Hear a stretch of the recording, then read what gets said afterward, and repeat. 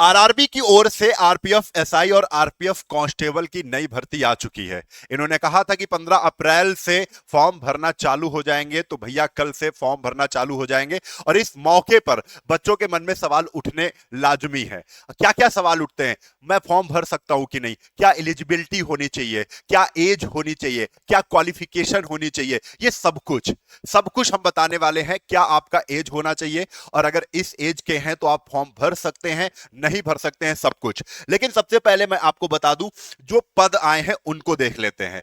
RPF SI constable में 452 पद जो है वो एसआई के हैं। किसके हैं?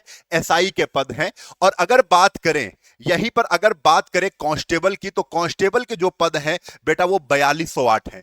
ये सब बहुत पहले से पता था आपको, ये एम्प्लॉयमेंट नोटिफिकेशन में पहले ही बता दिया गया था। ठीक है, अब यहां पर देखना है जो 452 पद हैं, इसमें भी थोड़ी सी आपको नजर डालनी है। ठीक है, मेल के लिए 384 पद हैं एसआई के लिए, और फीमेल के लिए एसआई के 68 पद हैं।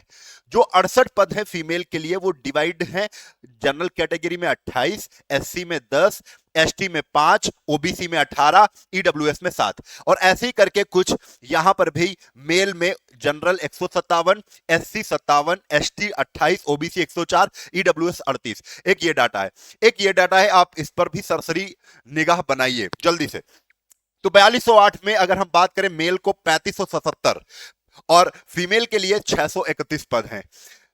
जो 3577 में 1450 जनरल, एससी के लिए 536, एसटी के लिए 268, ओबीसी के लिए 966, ईडब्ल्यूएस के लिए 357।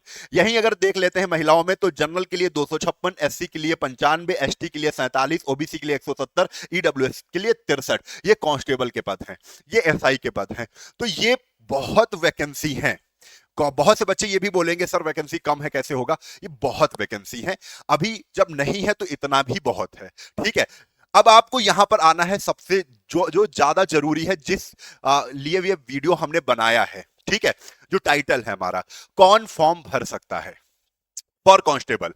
अब ये जो पूरी स्लाइड है, इसमें हम कांस्टेबल की अगर बात करें कि कांस्टेबल के लिए फॉर्म कौन भर सकता है, उसकी क्वालिफिकेशन क्या होनी चाहिए, तो आपको ध्यान से ध्यान रखना है। 10th पास हो अगर, तो आप फॉर्म भर सकते हो। 10th पास के साथ साथ और क्या होना चाहिए, तो आपको यह भी ध्यान रखना है, एज क्या होनी चाहिए। देखो, जो एज है वो 18 से 28 है। आपको पता है आरपीएफ कांस्टेबल की जो एज है वो 18 से 25 होती है। 3 साल का कोविड में आपको एज रिलैक्सेशन मिला हुआ है, 3 साल की छूट मिली है। तो जो नॉर्मल एज हो गई वो 18 से 28 हो गई है। अब आप कहोगे कि सर नॉर्मली सबकी अलग अलग बता दो। ठीक है, तो आप जनरल में हो तो 18 से 28 तक, ओबीसी में हो तो 18 से 31 तक फॉर्म भर सकते हो, एससी एसटी में हो तो 18 से 33 तक भर सकते हो। लेकिन अगर एक्स सर्विसमैन हो तो आपको 3 साल की छूट मिलेगी। ओबीसी में, जनरल में 3 साल की, ओबीसी में 6 साल की, एससी एसटी में 8 साल की। अब ये छूट क्या है, इसको भी हम बता देते हैं। जैसे अब ये जो 3 साल, 6 साल, 8 साल है ना, ये आपकी जो सर्विस पीरियड है उस वाली पूरी एज को, पूरे टाइम पीरियड को हटा के ये काउंट की जाएगी। जैसे 3 साल अगर छूट है तो हम इसको 28 में 3 साल जोड़ लेंगे, 31 साल के। मान के चलिए कि आपका 25 साल में आपकी नौकरी लगी, और 25 साल के, ये एग्जांपल मैं दे रहा हूं, 25 साल में आपकी नौकरी लगी और 25 साल तक आपने सर्विस की है, और आज आप 56 साल के हैं। आज आप कितने साल के हैं? 56 साल के हैं। या मान के चलिए 56 नहीं, आप यहां पर हैं 52 साल के या 53 साल के हैं, 53 साल के हैं। आज आप 53 साल के हैं, एक सर्विसमैन हैं। ठीक है, 25 साल आपने नौकरी की है, 25 साल बाद नौकरी लगी थी, 25 साल की उम्र में नौकरी लगी थी। तो आप क्या कैसे पता करोगे हमारी एज है कि नहीं? तो आप तुरंत कहोगे 53 में 25 आप माइनस कर दोगे। 53 में आप 25 जैसे ही माइनस कर दोगे, आपको पता चल जाएगा। ये नौकरी वाला जो पूरा टाइम पीरियड है हटा दोगे, तो जैसे ही आप 25 माइनस करोगे तो कितना आएगा? तो आ जाएगा 28। ठीक है, 28। तो 28 साल, और यहां पर 3 साल अगर 28 में जोड़ी जाएगी तो 31 साल के हो, यानी आप फॉर्म भर सकते हो जनरल कैटेगरी के लिए। तो ऐसे ही करके आप देख लीजिएगा, है ना, सारी चीजें। हाँ, सबसे अच्छी इस बार क्या रहा है, आरपीएफ में महिलाओं के लिए एक सुनहरा अवसर दिखाई दे रहा है, और उन महिलाओं के लिए जो विधवा हैं, विडो हैं। ठीक है, डाइवोर्स जिनका हुआ है, यानी तलाकशुदा हैं, या पति से सेपरेट हैं, पति से अलग हैं और अभी शादी नहीं हुई है, मतलब दोबारा शादी नहीं हुई है। अगर ऐसी महिलाएं हैं तो जनरल कैटेगरी से बिलोंग करती हैं या ईडब्ल्यूएस में आती हैं तो 18 से 30 तक आप फॉर्म भर सकती हैं। ठीक है, एससी एसटी कैटेगरी में आती हैं तो 18 से 35 साल तक आप फॉर्म भर सकते हैं, 35 साल तक। ओबीसी के अंतर्गत आती है तो 18 से 33 साल। कैटेगरी आपको पता चलनी चाहिए, विधवा, तलाकशुदा, पति से अलग हो। अब नॉर्मल जो फीमेल है उनका क्या है, तो उनका जो ये पूरा डाटा दिया गया है कि जनरल है, फीमेल हो चाहे मेल 18 से 28, ओबीसी है फीमेल हो चाहे मेल 18 से 31, एससी एसटी फीमेल हो चाहे मेल 18 से 33। ठीक, महिलाओं के लिए भी यही है, लेकिन ये स्पेशल जो महिलाएं कुछ इस टाइप का, विधवा, तलाकशुदा, अब तो इनको एक्स्ट्रा छूट मिली है। ठीक है, अब आ जाओ यहां पर फॉर्म कौन भर सकता है, में हम लोग बात कर लेते हैं एसआई के लिए। एसआई के लिए जो एज होगी उसको भी बात कर लेते हैं, लेकिन एक चीज और मैं यहां पर बता दूं कि जो एज की गणना की जाएगी, एज की जो काउंटिंग की जाएगी वो एक साथ 24 से की जाएगी। आप एक साथ 24 से अपनी एज को काउंट करेंगे, फिर देखेंगे कि आप 18-31 के बीच में है कि नहीं, 18-28 के बीच में है कि नहीं, ये सब कुछ। ठीक है, हाँ, ये भी बता दिया मैंने। अब आगे आते हैं यहां पर फॉर्म कौन भर सकता है फॉर एसआई। तो सबसे पहले क्वालिफिकेशन की बात करें तो आपका ग्रेजुएशन होना अनिवार्य है। ठीक है, ग्रेजुएशन आप जरूर किए हो तभी फॉर्म भर सकते हैं। एज का फंडा क्या है, यहां पर एज 20 से काउंट की जाती है। जैसे आप कांस्टेबल में देख रहे हो 18 से काउंट की जा रही है, न्यूनतम आयु 18 है कांस्टेबल के लिए, एसआई के लिए न्यूनतम है 20 से 28। और यहां पर देख लो, लिख दिया है हमने, यहां पर आयु की गणना न्यूनतम 20 वर्ष से की जाएगी। ठीक है, और यहां पर एक साथ 2024 से ही गणना जो काउंटिंग है वो की जाएगी एज की। अब एक चीज और यहां समझ लो, सारा का सारा जो कांस्टेबल में है अधिकतम उम्र, वो सब कुछ सेम है।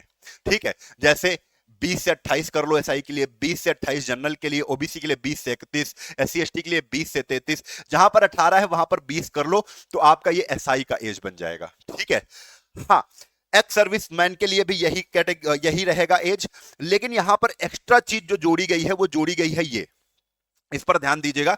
अगर आपने केंद्र सरकार में नौकरी की है और 3 साल से ज्यादा की है, 3 साल से ज्यादा की है, तो आपको जनरल कैटेगरी में हो तो आप 20 से 33 तक फॉर्म भर सकते हो, ओबीसी कैटेगरी में आते हो तो 20 से 36, एससी एसटी में आते हो तो 20 से 38 कर सकते हो। लेकिन यहां पर शर्त क्या है, केंद्र सरकार की नौकरी हो और 3 साल से ज्यादा आपने सेवा दी हो। ठीक है, ये सारी चीजें होनी चाहिए एसआई के लिए। अब ये सारी चीजें हो गई हैं तो कुछ हम जान लेते हैं कि अभी आपका फॉर्म कौन कौन भर सकता है। तो उसमें आपकी नाप क्या है, ठीक है, चेस्ट क्या है, चेस्ट के साथ हाइट क्या है, ये भी तो जरूरी है, नहीं तो फॉर्म भरने से फायदा क्या होगा, तो ये भी ध्यान से देख लेते हैं। आरपीएफ कांस्टेबल की अगर बात करें तो सबसे पहले मैं पीईटी की बात कर रहा हूं, फिजिकल एलिजिबिलिटी टेस्ट, है ना। कांस्टेबल में अगर आप फॉर्म भर रहे हैं तो लड़के हैं तो आपको 1600 मीटर की रनिंग करनी पड़ेगी 5 मिनट 45 सेकंड में। अगर आप लड़की हैं तो 800 मीटर की रनिंग करनी पड़ेगी आपको 3 मिनट 40 सेकंड में। अब लॉन्ग जंप की बात करें, आप लड़के हैं तो 14 फीट की लॉन्ग जंप करनी है और लड़की है तो 9 फीट की लॉन्ग जंप है। यहीं पर अगर हाई जंप की बात करें तो 4 फीट की हाई जंप है अगर आप लड़के हैं और 3 फीट की हाई जंप है अगर आप लड़की हैं। ठीक है, ये चीज हो गई। अब बात ये भी तो इंपॉर्टेंट है पीएमटी। ठीक है, पीएमटी भी बहुत ज्यादा इंपॉर्टेंट है, फिजिकल मेजरमेंट टेस्ट बोलते हैं इसे। ठीक है, तो जनरल और ओबीसी के लिए आपकी जो हाइट है बेटा 165 होनी चाहिए लड़कों के लिए, लड़कियों के लिए 157 होनी चाहिए। अब अगर एससी एसटी कैटेगरी में आते हो और लड़के हो तो 160, लड़की हो तो 152 होनी चाहिए। यहीं पर आपको यहां पर ये कुछ जनजातियां हैं, अगर इन जनजातियों के अंतर्गत आते हो तो आप मेल हो तो 163, फीमेल हो तो 165। और अगर चेस्ट की बात करें तो महिलाओं की चेस्ट नहीं नापी जाएगी। ठीक है, चेस्ट केवल पुरुषों की नापी जाएगी, लड़कों की नापी जाएगी। जिसमें हम देख लेते हैं, अगर आप जनरल कैटेगरी और ओबीसी कैटेगरी के अंतर्गत आते हैं तो आपकी चेस्ट 80 सेंटीमीटर होनी चाहिए। कितनी होनी चाहिए? 80 सेंटीमीटर। फुलाने पर 5 सेंटीमीटर आपकी एज बढ़नी, सॉरी, आपकी चेस्ट 5 सेंटीमीटर बढ़नी चाहिए, तो 85 होनी चाहिए फुलाने पर। ठीक है, यहां पर एससी एसटी के लिए आपकी जो चेस्ट है वो 76.2 और फुलाने में 81.2। और ये जो जनजातियां हैं इनके लिए 80 और 85 दिया गया है। ठीक है, तो आपको ये मोटा मोटा आपको पता चल गया है। यही इसी तरीके से हम मोटा मोटा पता कर लेते हैं एसआई के लिए। एसआई के लिए थोड़ा सा रनिंग का टाइमिंग चेंज है। जैसे मेल के लिए जो रनिंग होगी बच्चे, वो क्या होगी, मेल के लिए जो रनिंग होगी वो 6 मिनट 30 सेकेंड और फीमेल के लिए 800 मीटर 4 मिनट में होगी। ठीक है, लॉन्ग जंप मेल के लिए 12 फीट, फीमेल के लिए 9 फीट, हाई जंप मेल के लिए 3 फीट 9 इंच और फीमेल के लिए 3 फीट। ठीक है, यहीं पर ये माप जो है ये सेम ही है। जो पीएमटी है, फिजिकल मेजरमेंट टेस्ट है, वो एसआई और कांस्टेबल का दोनों का सेम है। तो यही आप देख सकते हो। और अब आगे चलते हैं, यहीं पर जो हमारा बैच चल रहा है अभी 15 से 20 दिन हुए हैं लगभग, बहुत अच्छी क्लासेस चल रही हैं। ठीक है, आप डेमो ले सकते हैं वहां पर जाके, कुछ क्लासेस फ्री भी पड़ी हुई हैं, उनको देखकर आप अंदाजा लगा सकते हो कि कैसे क्लास चल रही हैं। 5 घंटे की लाइव क्लास हम लोग दे रहे हैं और आपके बाकायदे नोट्स बनवा रहे हैं, बेहतरीन नोट्स जिनको पढ़कर आप जरूर सफलता पालोगे। क्योंकि यहां पर ऐसा पढ़ना है कि बस हमको क्या है, रनिंग तक पहुंच जाए, फिजिकल तक पहुंच जाए, क्योंकि बाद में फिजिकल ही इंपॉर्टेंट है। देखो बस, यहां पर चयन बैच दरोगा, एक दरोगा का बैच है जिसकी जो फीस है वो 999 है, लेकिन आरपीएफ 30 लगाओगे तो 699 की पड़ेगी। लेकिन अगर जो बच्चे सिपाही की तैयारी कर रहे हैं वो 799 का बैच है, सिपाही का बैच। ठीक है, अगर कूपन कोड आरपीएफ 30 लगाओगे तो 560 का पड़ जाएगा। अब कुछ बच्चे कह रहे हैं कि सर हम दोनों की तैयारी करना चाहते हैं, तो अगर आप दोनों की तैयारी करना चाहते हो तो आरपीएफ एसआई वाला बैच लो। ठीक है, आरपीएफ कांस्टेबल और आरपीएफ एसआई दोनों की तैयारी करना चाहते हो तो आप ये, क्योंकि अलग अलग फॉर्म भरेंगे, अलग अलग एग्जाम होगा। लेकिन अगर आप एसआई की तैयारी और कांस्टेबल की तैयारी दोनों कर रहे हो तो ये वाला बैच लेना, केवल कांस्टेबल की कर रहे हो तो ये वाला लेना, केवल दरोगा की कर रहे हो तो ये वाला लेना। बोथ वाले दरोगे पे जाएंगे। ठीक है, दरोगा वाले बैच में जाएंगे। 5 घंटे की लाइव क्लास है, आपको पूरा टाइमिंग बाकायदे डेमो क्लास में बताई गई है, कैसे पढ़ाया जा रहा है, कैसे मोटिवेशन दिया जाएगा, सब कुछ, क्या गाइडेंस रहेगा, हर एक चीज बिल्कुल ट्रांसपेरेंसी के साथ। आप एप्लीकेशन पर जाएंगे, कहां पर मिलेगा ये सब कुछ, प्रिंटेड नोट्स, क्लास नोट, आपको बता दें 20 फुल मॉक टेस्ट बिल्कुल पेपर के जैसे करवाए जाएंगे। ये सब कुछ आपको मिलने वाला है कहां पर, तो आप ध्यान से देख लीजिए। ये हमारा एप्लीकेशन है फिनिक्स एकेडमी उन्नाव। ठीक है, गूगल प्ले स्टोर पर मिल जाएगा, जहां से आप व्हाट्सएप टेलीग्राम डाउनलोड करते हो, वहीं पर हमारा ये एप्लीकेशन भी मिल जाएगा, जिसको डाउनलोड करके अपना नाम और नंबर डाल के रजिस्टर्ड हो जाइएगा। फिर क्या है, पेड कोर्स वाले ऑप्शन में जाएंगे, जिसमें आपको ये दोनों बैच दिख जाएंगे, दोनों बैच दिख जाएंगे। अगर नहीं दिखते हैं, कोई समस्या आती है तो ये नंबर है 700-771-2108, इस पर कॉल करिए और अपनी सारी जानकारी पता करिए। ठीक है, जो भी दुविधा है, जो भी समस्या है, सब कुछ यहां पर बताइए, सारी समस्या का समाधान यहीं पर मिल जाएगा आपको। ठीक है, ऐसे ऐसे करके हमारा इंटरफेस आएगा एप्लीकेशन का, जिसमें आपको जो बैच मिलेगा वो पेड कोर्स में मिलेगा। पेड कोर्स पहले वाले ऑप्शन को ओपन करेंगे, वहीं पर आपको कूपन कोड जरूर ध्यान रखना, आरपीएफ 30 है, जिससे आपको डिस्काउंट मिल जाएगा बेटा। ठीक है, अब एक चीज और समझ लो, यहां पर जो सिलेबस है, हालांकि ये सिलेबस सबको पता है, सिलेबस बताने की जरूरत भी नहीं है। 50 क्वेश्चन जनरल अवेयरनेस के, ठीक है, जीएस के 35 क्वेश्चन, मैथ के 35 क्वेश्चन, रीजनिंग के, यानी कुल 120 क्वेश्चन होंगे और 120 नंबर के होंगे। जिसमें अगर निगेटिव मार्किंग की बात करें तो 1/3 की निगेटिव मार्किंग है। इसमें तुक्का कैसे लगाना है ये भी हम आपको वीडियो बना के बताएंगे जरूर। ठीक है, 90 मिनट की टाइमिंग होगी, आप 90 मिनट में ये पूरे 120 प्रश्न हल करने हैं। ठीक है, इसके लिए आपको बेहतर प्लेटफॉर्म हमारे साथ जुड़ना है। जो हमने बैच बताया है, चयन बैच, आप दरोगा की तैयारी कर रहे हो तो चयन बैच दरोगा में आइएगा, आप सिपाही की तैयारी कर रहे हो चयन बैच सिपाही में आइएगा, आप दोनों की तैयारी कर रहे हो तो चयन बैच दरोगा में आइएगा। ठीक है, बिल्कुल बिल्कुल यहां से ओपन हो जाओ यार, बस करना है तैयारी और सर के साथ करना। वैलिडिटी क्या है, जब तक पेपर नहीं होता है, आपका पेपर 6 महीने 7 महीने 8 महीने 9 महीने डिले होता है, कोई दिक्कत नहीं है, तब तक आप उसमें पढ़ोगे, बेहतरीन कंटेंट के साथ पढ़ोगे, बेहतर गाइडेंस के साथ पढ़ोगे, बेहतर टीम के साथ पढ़ोगे। आप लोग तो जानते हैं कैसे हम लोग पढ़ाते हैं सारी चीजें, तो ये सब कुछ हमने आपको बताया है। फॉर्म कौन भर सकता है, आपका माइंड पूरा क्लियर हो चुका होगा।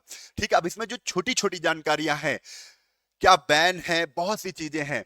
अब जैसे इसमें आपको जाना है, ट्रेन से जाना है पेपर देने के लिए, क्या ट्रेन की सुविधा मिलेगी, सब कुछ ऑल ओवर पूरी फुल इंफॉर्मेशन हम छोटे छोटे वीडियो के माध्यम से आपको बताते रहेंगे, पूरी जानकारी देते रहेंगे। आप हमारे साथ इस चैनल के माध्यम से जुड़े रहें। चैनल को सब्सक्राइब नहीं किया है तो चैनल को सब्सक्राइब कर लें, वीडियो को लाइक कर लें और इस वीडियो को आप अपने दोस्तों में जरूर शेयर करें, कहीं ना कहीं उनको भी फायदा जरूर होगा। तो चलिए, मैं आशा करता हूं आप थोड़ा सा सपोर्ट जरूर करेंगे, वीडियो को लाइक करेंगे, सब्सक्राइब करेंगे। और हाँ, पीडीएफ के लिए आपको एक और सुनहरा अवसर हम बता दें, पीडीएफ आपको, ये पीडीएफ भी इस एप्लीकेशन को अगर डाउनलोड करेंगे तो यहां पर एक फ्री पीडीएफ आपको दे रहे हैं, ये आपके लिए उपहार है। ठीक है, फ्री पीडीएफ, एक फिजिक्स का फ्री पीडीएफ है जो आपको यहां पर हम देंगे। ठीक है, ये फ्री पीडीएफ आपको बहुत अच्छी पीडीएफ है, और ये समझ लो कि यार इसके लिए ना रामबाण है। ये पीडीएफ आपको फ्री कहां मिलेगी, तो हमारे एप्लीकेशन पर ही मिलेगी। आप जरूर इस एप्लीकेशन को डाउनलोड कर लेना।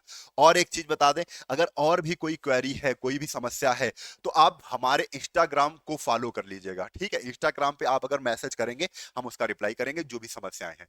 इंस्टाग्राम की आईडी जो है